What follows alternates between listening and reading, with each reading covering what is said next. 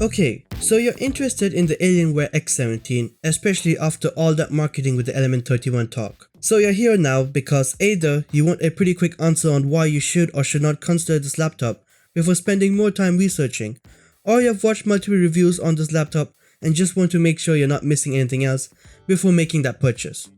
Well, welcome to my channel, and don't forget to subscribe, and here's 5 things you should know about the Alienware X17 before considering or buying.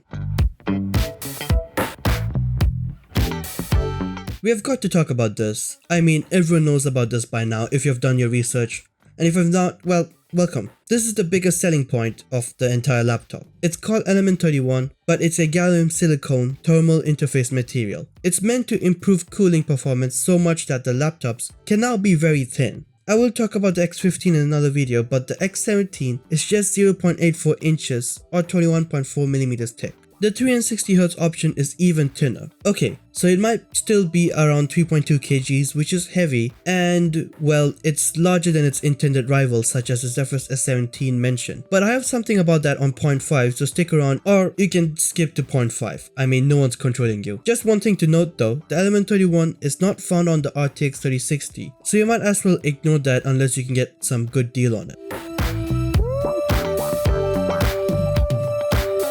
This is also something you already know, but anyways, for how thin the laptop is and with all that cooling, it's impressive that you can run the X17 up to 165 watts in its RTX 3080 configuration and 140 watt in its RTX 3070 configuration. There aren't a lot of laptops that can do this, especially something this thin. Now, because there is no QHD, if you're sticking with the 165Hz Full HD option, the RTX 3070 is more than enough, as you won't see too much of a performance gain. Sources for this and benchmarks and review links are in the description. And unfortunately, I can only do this with the specs for now, but if you don't forget to subscribe, it will improve my chances to bring you guys my own benchmarks and hands-on reviews to back the claims I make, instead of relying on other sources for images and footages as well. So hit that big red button before continuing. Anyways, get the RTX 3080 version if you want the 360Hz Full HD or the UHD. CPU wise, it's the i7-11800H and the i9-11980HK, and I personally won't go for the i9-11980HK because you will be paying a high premium for marginal gains, but it's gains nonetheless,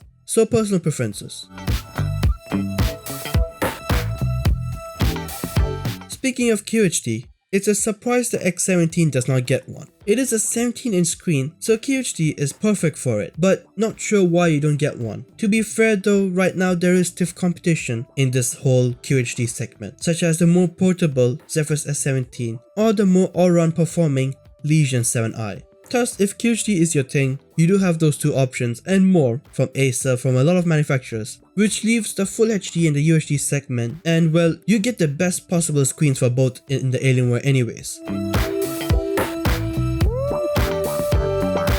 Well, like the Legion 5 Pro, there's a whole low density, high density RAM issue. Well, it's a slightly different issue with the Legion 5 Pro, but pretty much it's still a RAM issue. If max performance is what you're after, you will probably have to change the RAM to get more performance out of the laptop. Links in the description if you want to know more about this. I don't have the laptops with me, so I don't think I'm qualified to talk about this. Anyways, it does seem like I'm doing a lot of negatives here, but if you rethink this whole laptop, it will make sense.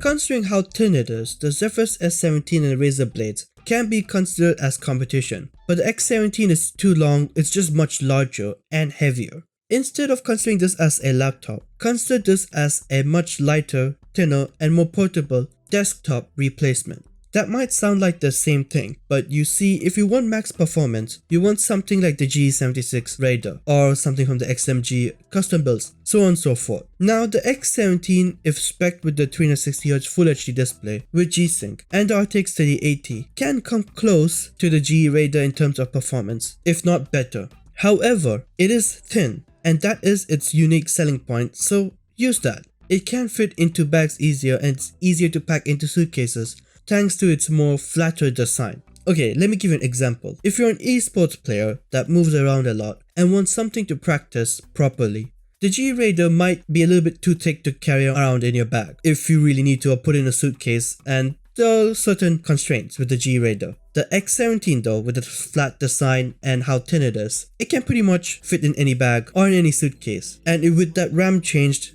and the i9-11980HK and the RTX 3080 is probably one of the best options out there. Maybe you want to double check the screen's response time before going full esports with it, but again, I'm just giving solutions here. Hope I persuaded or somehow dissuaded you from the Alienware X17. Again, depending upon your preferences. Also, again, give the X17 a rethink after the pandemic if you're still confused, and it might start making a little bit more sense. A hands-on review done by myself would be great, but with 108 subs, they ain't giving me a test piece. So boost that sub count if you're interested in this, and want a hands-on version with benchmarks and stuff. Also tap the bell icon and I will be back.